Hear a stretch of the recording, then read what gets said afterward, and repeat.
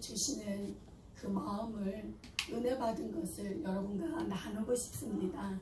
저는 아직 너무 미숙하고 연약하여서 제가 감히 설교를 한다는 자체가 제가 허용이 되지 않습니다. 그러나 하나님이 저에게 이 말씀을 통해서 주신 그 은혜를 함께 나눴으면 합니다. 자, 먼저 우리 기도하시겠습니다.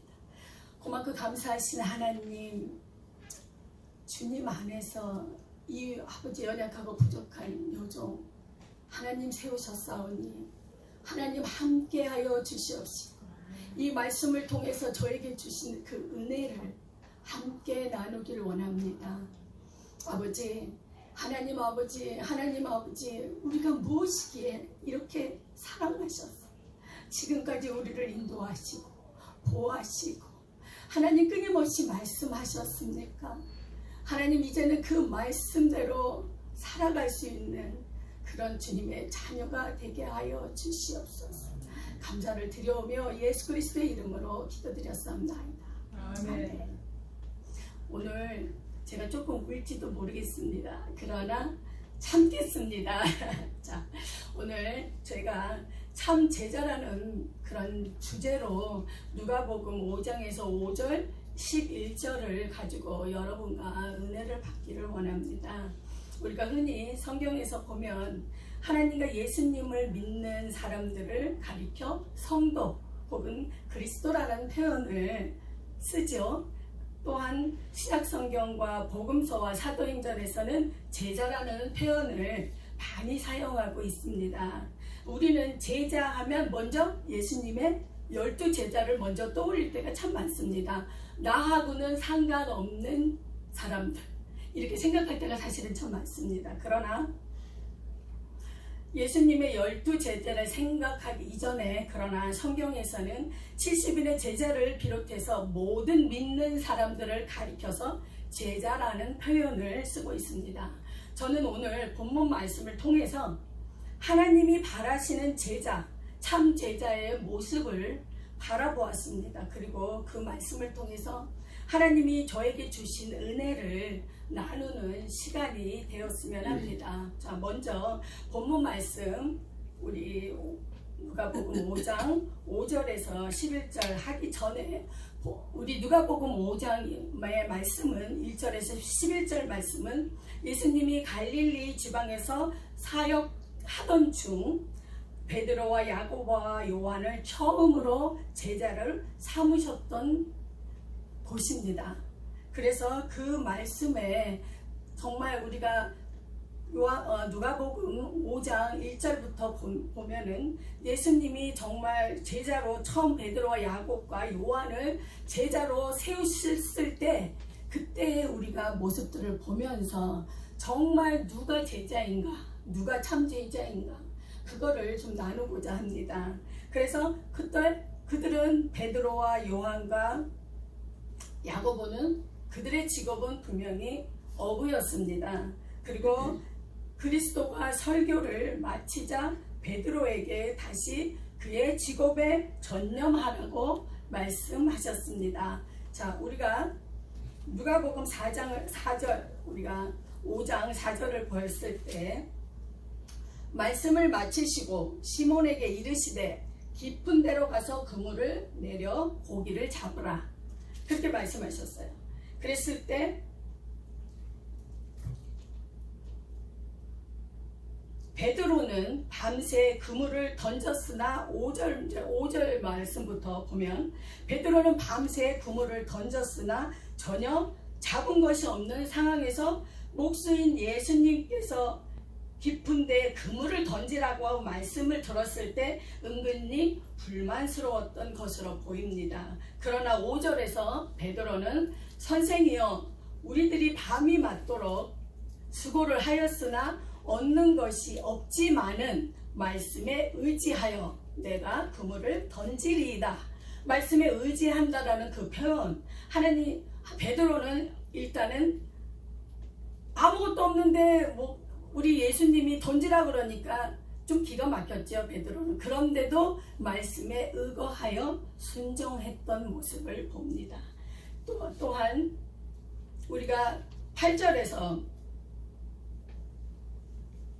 6절에서 그렇게 순종하였더니 어떻게 되었죠? 그렇게 하니 고기를 잡는 것이 심히 많아 그물이 찢어지는지라. 7절에서 이에 다른 배에 있는 동무들에게 손짓하여 도와달라고 2배의 채움에 잠기게 되었다라고 그렇게 말했어요. 그래서 8절에서 베드로는 이를 보고 예수의 무릎 아래에 엎드려 이르되 주여 나를 떠나소서 나는 죄인이로소이다 하니 9절 이는 자기 및 자기와 함께 있는 모든 사람이 고기 잡힌 것으로 말미암아 놀랐어요. 10절 세베대의 아들로서 시몬의 동업자인 야고보와 요한도 놀랐어요. 그래서 예수께서 시몬에게 이르시되 무서워하지 말라 이제후로는 내가 사람을 취하리라 하시니 그들이 배들을 육지에 대고 모든 것을 버려두고 예수를 따르니라. 자, 오늘 말씀 중에서 제가 은혜 받은 말씀은 5절에서 8절 말씀이었습니다. 그 중에서 제 마음에 다가온 말씀, 하나님의 은혜 주신 말씀이 8절 말씀이었습니다. 8절 말씀을 다시 보면 시몬 베드로가 이를 보고 예수의 무릎 아래에 엎드려 이르되 주여 나를 떠나소서 나는 죄인이로소이다 하는 그 말씀이 제 마음에 굉장히 깊이 새겨졌습니다. 물론 우리가 정말 생각할 때 하나님께서 정말 베드로가 하나님 앞에 죄인이라고 고백했을 때 베드로에게는 어떠한 고백이 일어났을까요? 하나님 앞에 죄인이라고 고백함으로써 베드로의 인식의 변화, 그 다음에 회심이 일어났습니다. 자, 그래서 베드로는 하나님 앞에 정말 우리가 제자의 모습 이전에 하나님 앞에 회심하는 그런 베드로를 우리가 보게 되었습니다.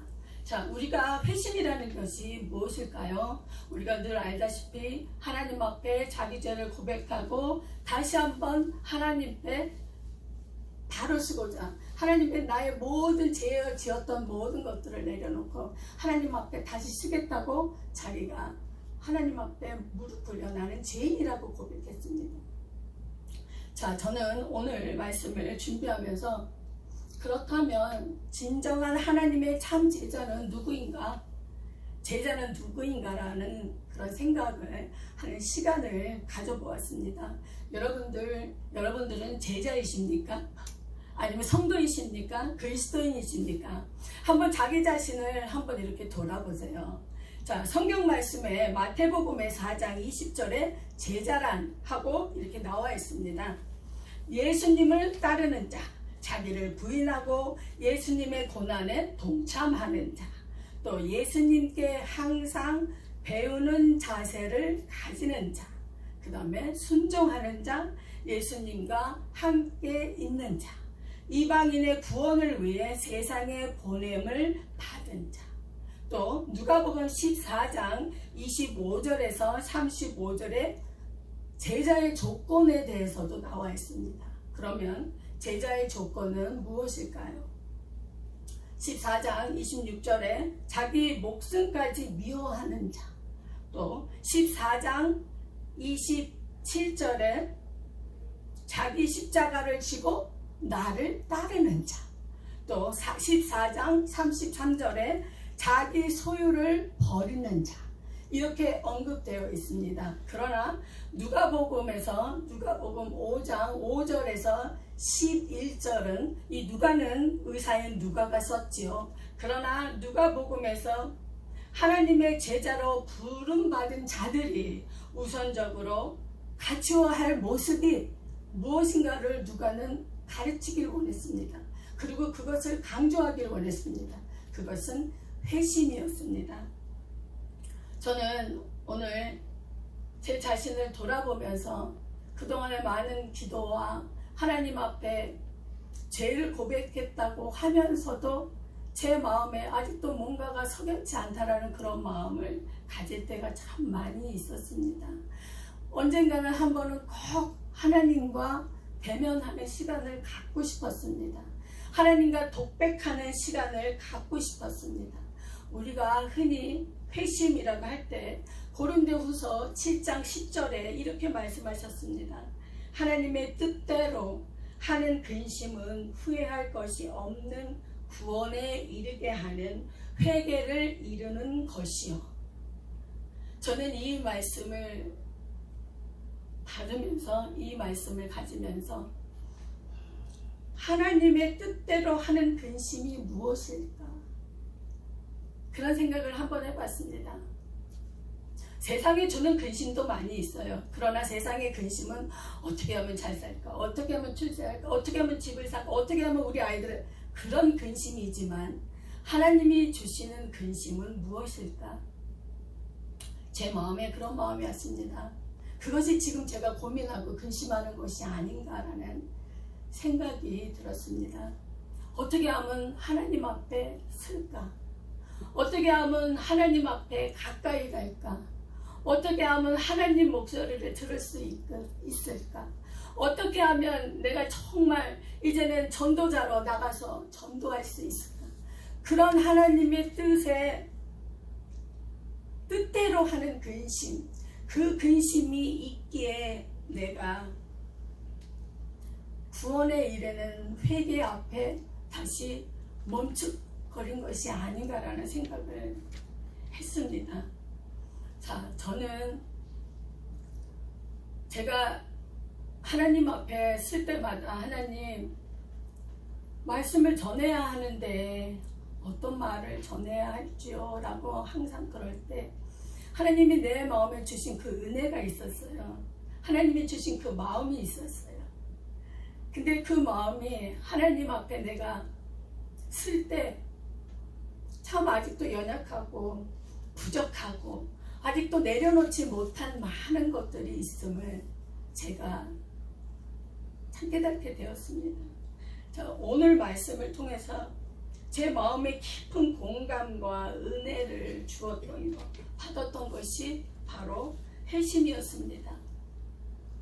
내가 먼저 하나님 앞에 죄인임을, 그동안에 그냥 나는 죄인이에요, 이것이 아니라 가슴 깊이 오는 그 절절함, 그 애련함, 그 아픔, 그것을 깨닫고 고백하기를 원합니다. 그리고 다시 나는 태어나기를 원합니다. 그리고 하나님 앞에 그 첫사랑을 가졌을 때 그 내 모습을 생각했습니다. 좋아서 날고 뛰고 찬양하고 방방 떴던 그 모습, 하나님만 바라보면 족할 것 같은 그 마음, 지금 나에게 그런 마음이 있냐는 거죠. 내가 하나님을 언제 만났던가? 그냥 의례적으로 예배하는 나의 모습, 의례적으로 봉사하고 헌금하고 그랬던 나의 모습 이전에 그 하나님한테 받았던 그 첫사랑, 내가 그게 너무 뜨거워서 팡팡 뛰면서 밤새 울었던 그 첫사랑, 그거를 저는 다시 회복하기를 간절히 원했습니다. 바로 그것이 참 제자의 모습이라는 생각이 들었습니다. 그리고 저에게도 그런 시간이 필요하다라는 생각이 들었습니다. 제가 이렇게 올라와서 말을 하면요, 목이 자꾸 타요. 그리고 목이 말라요. 여기에 계신 여러분들 지금 어떠한 모습이세요? 교회만 출석하는 교인의 모습이세요? 아니면 믿음의 사람의 모습, 성도 그리스도의 모습이세요? 아니면 더 나아가서 하나님의 제자, 참 제자가 되기 위해서 애쓰고 노력하고 막 성장하겠다고 발버둥 치는 그런 모습이신가요? 자기 자신을 한번 이렇게 돌아보세요. 그냥 예배만 드리고, 주일날 와서 예배만 드리고 돌아가면 나 신앙생활 다 끝났어, 다 됐어, 이것이 아니라 이제는 저와 여러분들이 그런 참 제자의 그런 길에 서서 이제는 내가 지금 위치가, 내 모습이 어딘가를 한번 자기가 진단해 보세요. 내가 교회만 왔다 갔다 하는 교인인가? 아니면 믿음의 사람으로, 성도로, 그리스도인으로 내가 지금 그 자리에 있는가? 아니면 내가 참 제자가 되기 위해서 나는 지금 무엇을 노력하고 있는가? 저와 여러분들이 지금 나를 한번 믿음의 눈으로 진단해 보세요. 그리고 절대 지금에 있는 자리에서 머물지 않기를 저는 원합니다. 그래서 저와 여러분들이 참 제자가 되기 위해서 하루하루 성장해 나가는, 그래서 하나님 앞에 귀하게 그렇게 쓰일 수 있는 그런 여러분들과 제가 되었으면 하는 그런 마음으로 사실 말씀을 나눴습니다. 제가 제 얘기를 잠깐 할게요.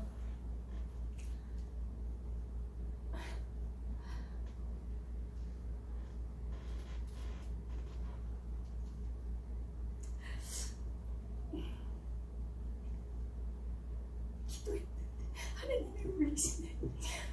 미국 생활이 벌써 어느덧 30년이 됐어요. 지난 세월을 돌아보니까 처음 10년은 사랑과 환경을 통해서 고난과 고통 속에서 몸부림치고 방황했습니다. 그 10년은 하나님께 몸부림쳤던 것 같아요. 저 좀 살게 해달라고, 저 좀 하나님 만나달라고 막 몸부림쳤어요. 그리고 매일 기도실에 가서 부르짖고 울었어요.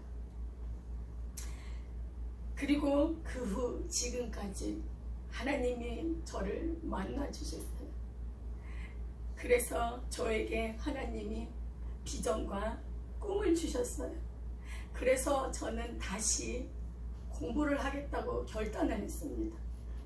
그리고 결단하면서 그 공부의 과정을 이끌어 나가는데 주위에 방해도 많았고 형편도 어려웠고 참 힘들었습니다. 그래서 매일매일 기도했습니다. 그리고 포기할까? 그만둘까? 그런 생각도 참 많이 했습니다. 그러나 그때마다 내 가슴 속에서 이렇게 뭔가가 웅쿵거리는 것들이 저를 그냥 두지 않았습니다. 그렇다고 제가 신학을 공부한다고 뭐 대단한 사람이 되는 것도 아니었습니다. 뭐가 당장 너 사역 있으니까 너 와라 이런 것도 아니었습니다. 그런데 그 가슴에 그 뭔가 나를 잡아당기는 그것 때문에 제가 끝까지 참고 견뎠습니다. 그러고서 이제 졸업을 하게 되었습니다. 근데 요즘 하나님께서 저에게 주시는 마음이 있습니다. 그 마음이 저를 근심하게 했습니다. 그리고 하나님 앞에 뭔지 모르게 편안치 않은 그런 마음이 있었습니다. 그것이 무엇일까? 그동안 그렇게 어려운 길들 잘 참고 견뎌놨는데, 이제는 졸업했는데, 이제는 매일 숙제 안 해도 돼, 이제는 매일 공부 안 해도 돼, 그랬는데 그 마음 가운데 뭔가가 하나가 더 남아있는 것 같은 그런 마음을 하나님이 저에게 주셨습니다. 졸업하고 사역하는 것, 저에게는 그렇게 중요하지 않았습니다. 왜냐하면 저는 제 마음에 우리 손태종 목사님을 만나서 하나님에 대한 그 갈급함이 있었어요. 하나님에 대한 그 말씀에 대한 갈급함이 있었고, 만나고자 하는 그 갈급함이 있었습니다. 그래서 목사님을 만났습니다. 그래서 쿨티티 말씀 묵상을 열심히 했습니다. 훈련했습니다. 그러고선 하나님을 만나기를 소망했습니다. 그래서 목사님이 잘 인도하여 주셨습니다. 이제 사역의 길을 가려고 하는데 하나님이 저를 제 마음에 그 근심이 무엇인지 나를 잡아 당기셨습니다. 사역은 하나님으로부터 시작된다는 그 말씀이 제 가슴에 새겨졌습니다.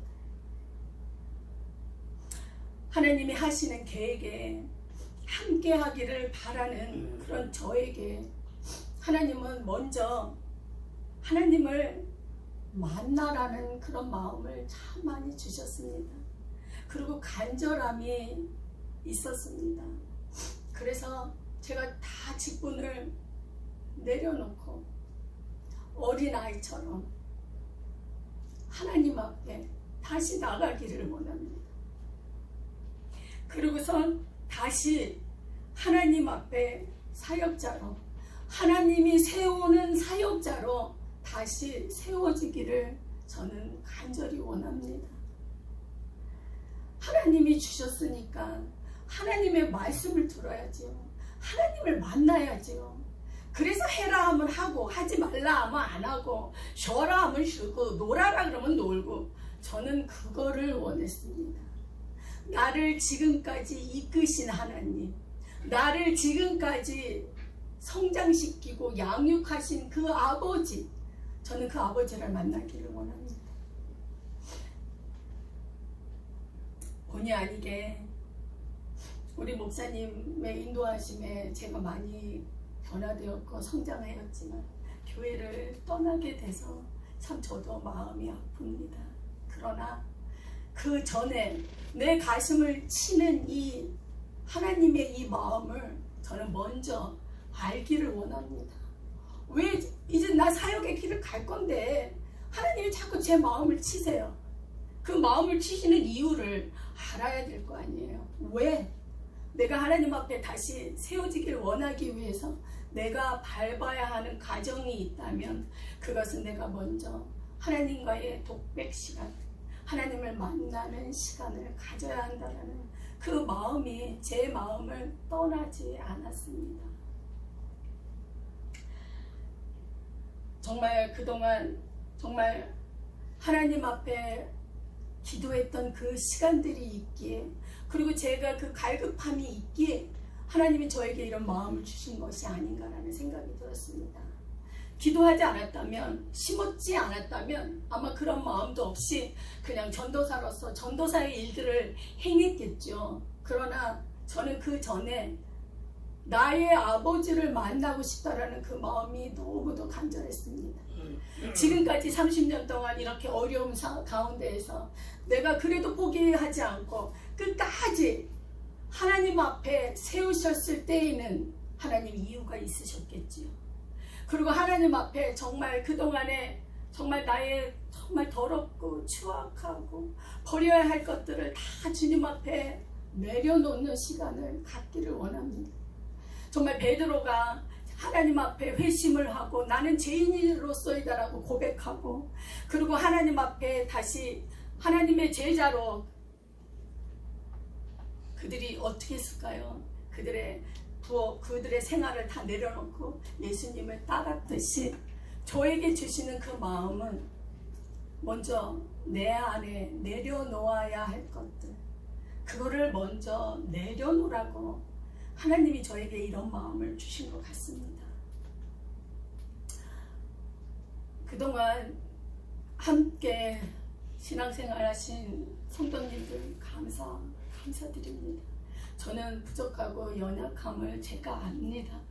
그런데 제가 지금까지 저를 이끌어왔던 것은 하나님 앞에 매달리는 것, 그거밖에 없어요. 저는 능력도 없고요, 담대함도 없고요, 배포도 없어요.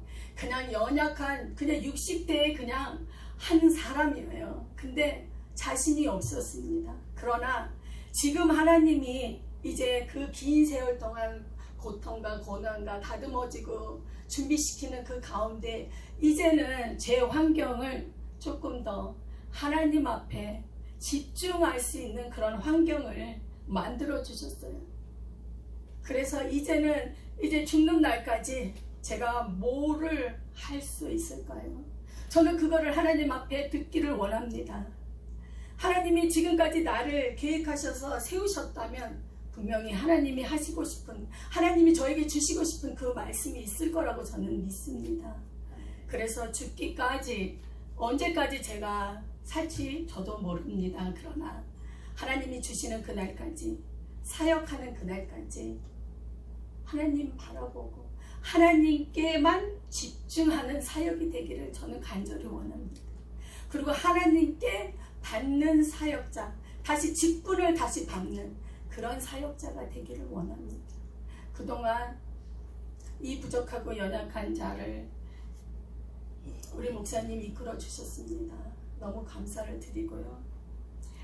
늘 기도하는 모습으로 초심을 잃어버리지 않는 자가 되도록 노력하겠습니다. 여러분들 그런 저를 기도해 주시고 그리고 항상 건강하셨으면 좋겠습니다. 제가 먼 발치에서도 늘 기도하겠습니다. 감사합니다. 기도하겠습니다. 사랑의 주님, 아버지 하나님께서 하나님의 뜻 가운데 주시는 그 근심이 하나님 나를 구원에 이르는 회개에 이른다고 하신 그 말씀, 아버지 이제 사역을 시작하려고 하는 저에게 하나님은 먼저 나를 돌아보는 시간을 갖게 하셨습니다. 그리고 여기에 있는 하나님 아버지 함께하는 우리 성도들 자기 자신을 한번 돌아보는 시간을 갖기를 원합니다. 교회만 왔다 갔다 하는 교인인가? 내가 교인으로 만족할 것인가? 믿는 믿음의 사람으로, 성도로, 그리스도인으로 만족할 것인가? 아니면 더 나아가서 하나님 앞에 제자로, 참 제자로 쓰여지는 그런 성장하는 하나님 아버지, 그런 모습으로 내가 이제 남은 여생을 살 것인가? 한번 하나님 앞에 여쭙는 시간들을 갖기를 원합니다. 그리고 하나님 앞에 다시 세워지기를 원합니다. 그래서 이제 세상은 하나님 변해가고 있습니다. 어떻게 변해갈지 저희는 알 수 없습니다. 그러나 하나님 저희가 말씀을 부여잡기 원합니다. 하나님 기도하기를 원합니다. 하나님 분명히 하나님은 각자에게 주신 비전이 있습니다. 꿈이 있습니다. 은사가 있습니다. 좋은 점이 있습니다. 이제 그 좋은 점, 하나님이 주신 그것들을 사용하여서 이제는 하나님의 제자로 세워지는 저와 그 다음에 여기 계신 모든 분들이 되기를 간절히 소원하고 기도합니다. 하나님 아버지 어디 있든지 간에 우리 주님 하나님의 음성을, 하나님의 말씀하시는 것을 듣고자 하는 그 갈급함을 저희들에게 주시옵소서. 분명히 하나님은 살아계신다고 말씀하셨습니다. 그 살아계신 하나님을 저는 만나기를 원합니다. 그 말씀을 듣기를 원합니다. 하나님 누구에게, 특별한 자에게, 선택된 자에게 주시는 때도 있지요. 그러나 하나님을 묻는 모든 믿음의 사람은 다 그러한 특권을 갖고 있습니다. 그런 특권을 누릴 수 있는 저와 여기 계신 성도님들이 되시기를 간절히 원합니다. 오늘도 하나님 이 부족한 딸이 주님 앞에 하나님 아버지 섰습니다. 하나님께서 요즘 제 마음에 하나님 뜻 가운데 주시는 이 근심 때문에 제가 고민하고 근심했사오나 하나님의 오늘 말씀을 통해서 저에게 다시 한번 하나님 앞에 세워지기를 원하심을 다시 한번 알게 되었습니다. 주님 아버지 정말 하나님 이번 기회를 통해 다시 한번 정말 그 내가 죄인임을 하나님 앞에 가슴 절절히, 가슴 정말 깊이 주님 앞에 내어놓고 다시 주님의 말씀을 받는 그런 하나님 일꾼 되게 하여 주시옵소서. 감사를 드려오며 예수 그리스도의 이름으로 기도드렸사옵나이다. 아멘.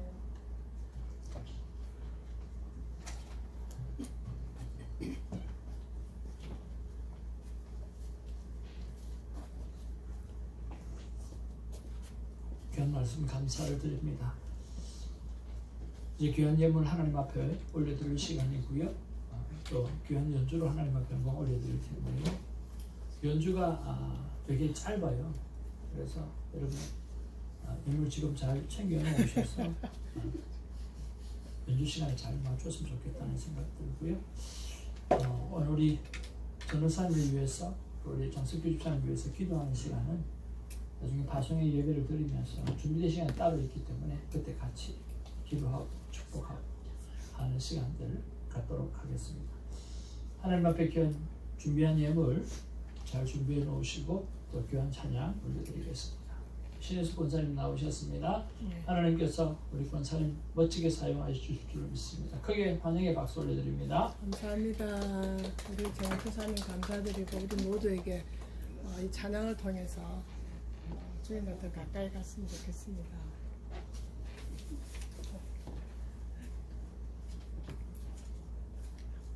이거를 안 끼면 안 되는데 가장 중요한 요구를 안 꼈네.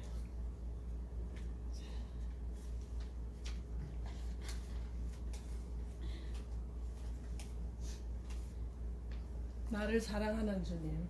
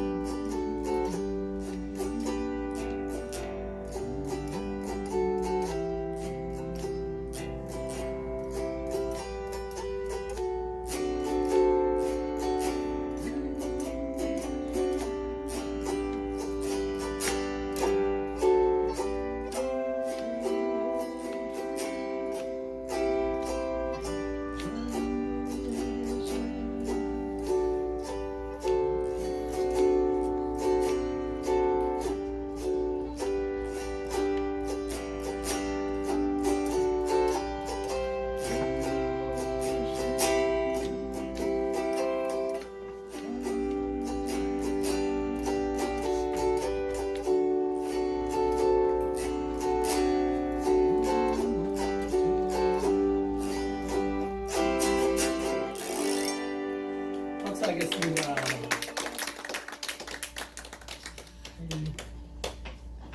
권사님 못하시는 게 없어요. 너무 대단해요. 교회 앞 교회까지 한번 말씀 올려드립니다. 오늘 이 예배 가운데 함께 해주신 분이 계십니다.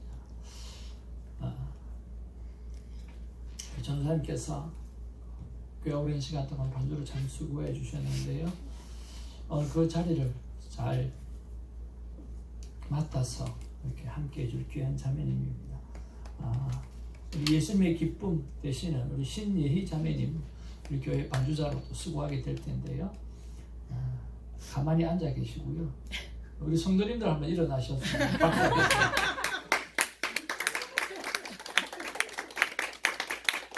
환영합니다. 너무 감사하고요. 그 다음에 우리 신예희 자매님, 어머님, 또 아버님, 그리고 또 함께 섬기는 장로님 이렇게 함께 해주셨는데요. 이용석 장로님, 우리 어머님 이순애 목사님께서 신모하시는 교회에 함께 사역하시는 귀한 분입니다. 함께 해주셨고요. 그리고 우리 이순애 목사님 함께 해주셨고요. 우리 신종수 집사님 이렇게 함께 해주셨습니다. 우리 세 분을 향해서 우리 다시 한번 우리 성도님 일어나셔서 환영의 박수하겠습니다. 교회를 위해서도 많이 기도하고 또 우리가 또 목사님이 섬기시고 장로님이 섬기시는 복된 교회를 위해서 계속 기도하겠습니다. 정말 이렇게 교회 한번 함께 해주셔서 너무 감사하고요. 또 서로 복된 교회를 위해서 축복하는 시간들이 오래오래 지속되었으면 참 좋겠습니다. 우리 장영민 전도사님, 우리 장석교 집사님 정말 사랑하고 또 축복합니다. 또 고백한 대로 하나님께서 뜨겁게 해주시고 또 새롭게 꿈과 비전을 주셨는데 그 비전이 무엇인가 다시 한번 확인하고 움직이려고 하십니다. 여러분 많이 기도해 주시면 감사를 드리겠습니다.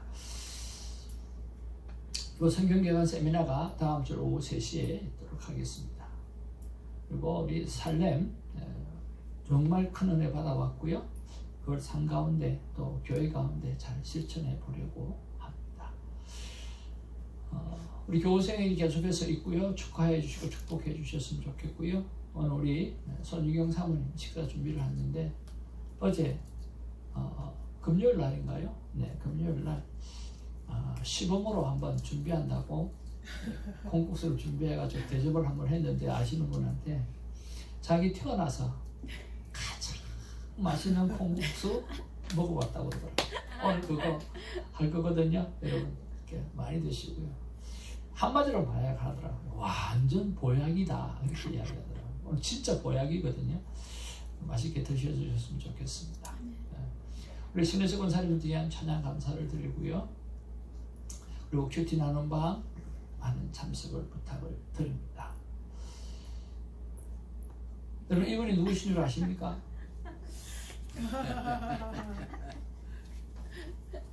엔장님 키를 한번 눌러주시죠.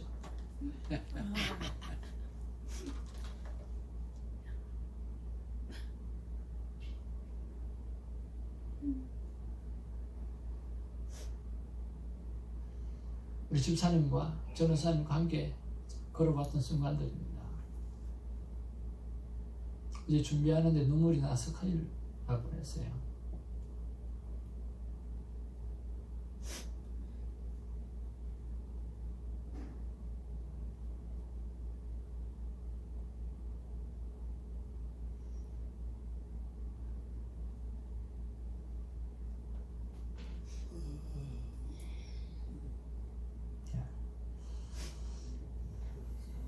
God bless you. 당신을 진심으로 축복을 합니다. 전사님, 집사님 앞으로 잠깐 나와주시면 우리 교회를 대표해서 신기태 집사님 앞에 꽃다발이 준비되어 있습니다.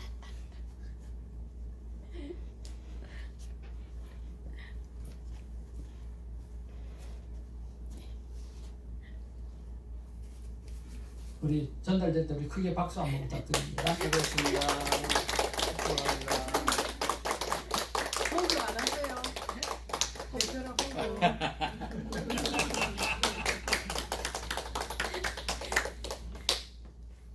홍보. 우리 엔양 집사님 여기 앞에 선물이 준비되어 있습니다. 좀 전달해 주시면 좋겠습니다. 여기 밑에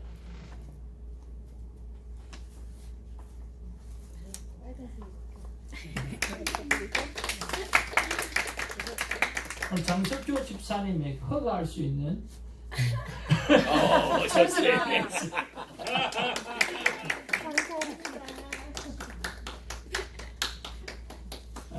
그다음 계속 아직 남았습니다. 제일 중요한 건데 보도 제일 중요한 건데 우리 사랑하는 장석교 집사님 그리고 장영민 전도사님 귀한 은사로 주성교회를 너무도 잘 섬겨주셔서 감사를 드립니다. 제가 카드에 이렇게 썼습니다. 개척교회는 담임 목사는 아무나 합니다. 성도님을 아무나 못합니다. 왜냐하면 너무나 보이는 게 많기 때문이었습니다. 부족한 것 투성이죠. 그래서 제가 카드에다 이렇게 적었습니다. 사랑하는 집사님, 전도사님, 아무도 하지 않으려고 하는 일, 아무도 하지 않는